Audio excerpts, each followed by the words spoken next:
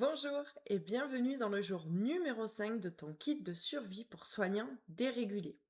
Alors hier, tu as pu tester la puissance d'un soin énergétique. Aujourd'hui, je te propose une technique qui va te permettre de revenir dans le corps, une technique plus somatique, mais vraiment extrêmement efficace et qui plus est extrêmement facile à réaliser.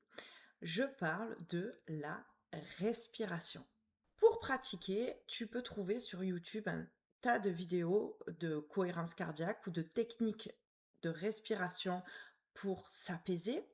Mais en réalité, tu n'as même pas besoin de ces vidéos. Tu as juste besoin de connaître deux principes que je vais te partager tout de suite. Le premier principe, c'est d'adopter une respiration ventrale.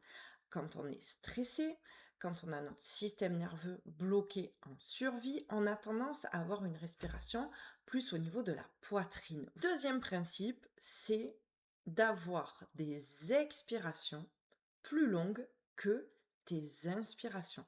Parce que ce qu'il faut que tu saches, c'est que la respiration, en fait, c'est tellement puissant que ça n'a pas que des vertus apaisantes. Selon le type de respiration que tu vas effectuer, ça peut t'amener dans des états de conscience modifiés ou, au contraire, faire monter l'énergie.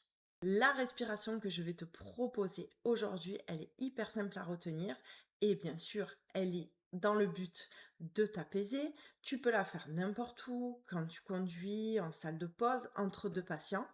Et en fait, elle s'appelle la respiration 4-8.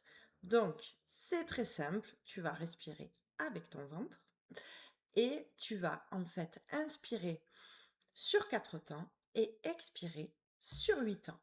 On va pratiquer ensemble une dizaine de secondes. Je te rappelle de bien penser à respirer par ton ventre, c'est-à-dire que quand tu inspires, ton ventre doit se gonfler et quand tu expires, il doit se dégonfler. C'est parti. Donc, tu vas inspirer sur 1, 2, 3, 4. Expire. 1, 2, 3, 4, 5, 6, 7, 8. Inspire. 1, 2, 3, 4. Expire. 1, 2, 3, 4, 5, 6, 7, 8.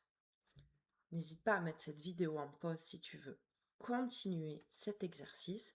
Et voilà pour le jour numéro 5. N'hésite pas à me dire en commentaire ce que tu as ressenti. Et surtout, n'oublie pas de t'abonner pour ne pas louper les 2 dernières vidéos. On se retrouve demain donc pour le jour numéro 6 où on va parler de la voix pour apaiser son système nerveux. À demain!